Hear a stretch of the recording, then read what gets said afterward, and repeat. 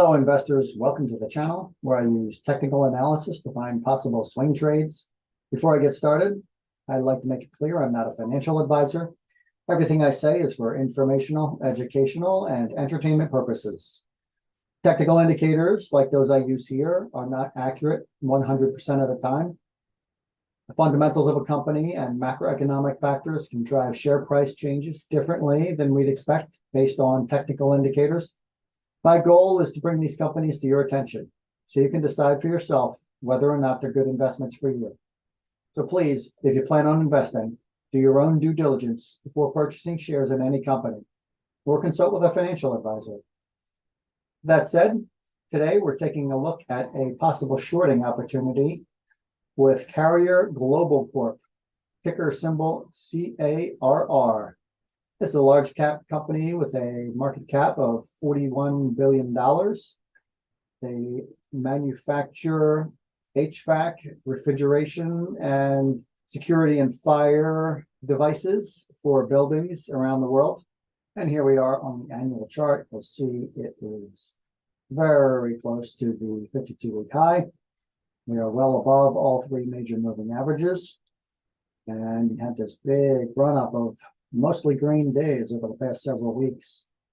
If you scroll down to the RSI, you'll see it is in the overbought zone.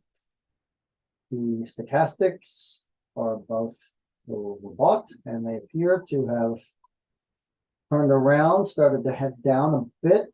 The volume chart shows quite a bit of green lately, as you would expect. This might be a mild increase in volume overall, and that volume does look like it has drifted back into the more normal range. And the MACD definitely formed a peak and is falling, although we have not had a bearish cross yet. And if we head over to E-Trade, take a brief look at the fundamentals from a 10,000-foot view. See, there is just a bit of short interest, a little over 3%. Not very much.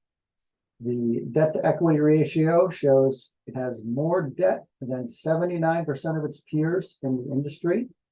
The PE ratio is on the low side for the industry, lower than 61% of other companies. We'll see if that is a factor overall.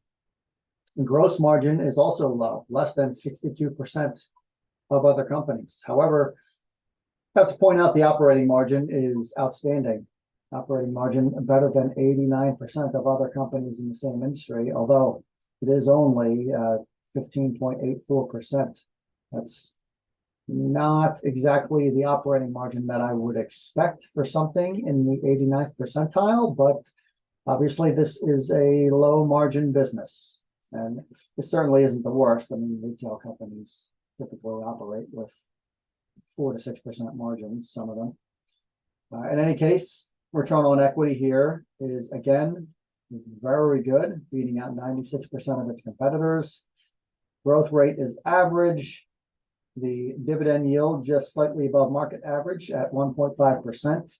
And the payout ratio makes it a rather secure dividend, paying out only 22%.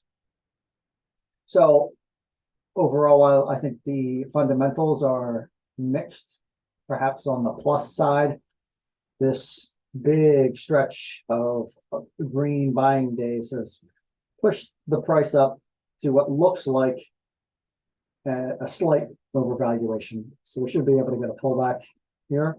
And I'll note back here, April 25th was the earnings date. So this run up in value was not related to the earnings.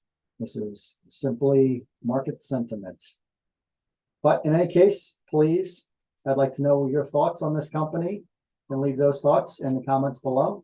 And if you got something out of the video, I would really appreciate it if you'd hit the like button and subscribe to help out the channel.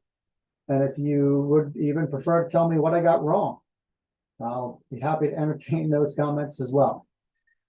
Or if you'd like me to take a look at a particular company of your choosing using the indicators I present here, just mention that in the comments, and I'll try to get to it as soon as possible.